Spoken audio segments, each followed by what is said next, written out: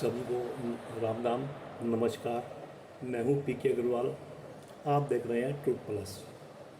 साथियों, आज के वीडियो का विषय है भारत के चुनाव में विदेशी हस्तक्षेप। मैं आपको कुछ उदाहरण दूंगा भारत में विदेशी हस्तक्षेप के लिए।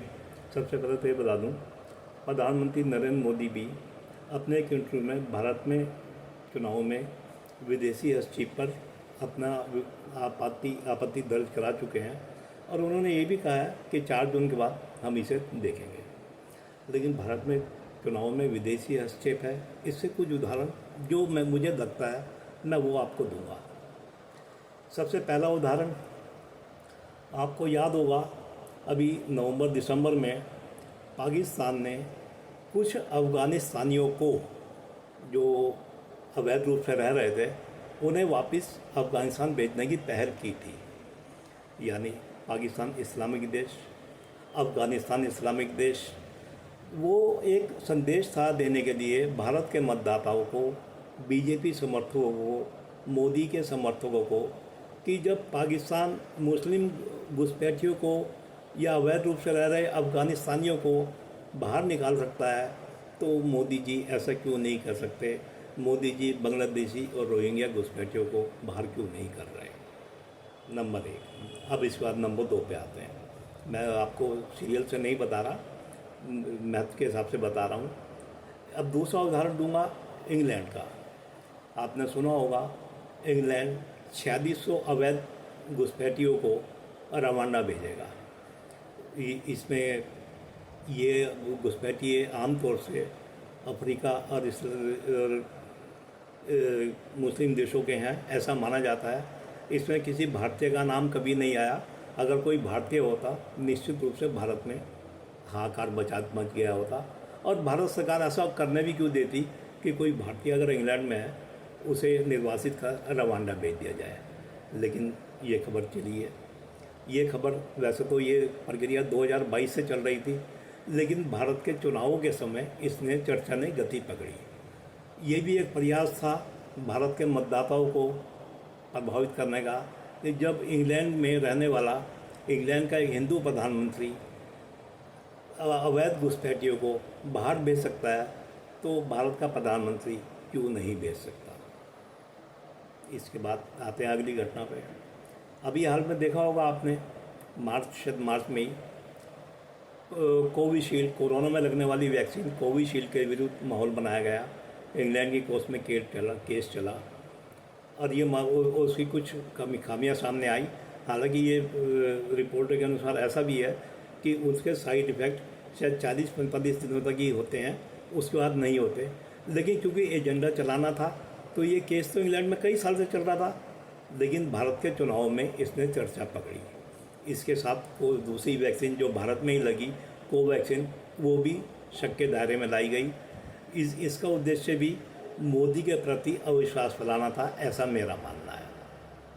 हालांकि इन लोगों ने दुनिया की किसी भी वैक्सीन को कोविशील्ड या कोवैक्सीन से बेहतर होने का कोई प्रमाण पत्र दिया हो, ऐसा नहीं दिखा। कोई चर्चा हो जिसमें बताया गया हो कि किसी और देश की वैक्सीन, भाई कुछ ही देशों ने वैक्सीन बनाई है।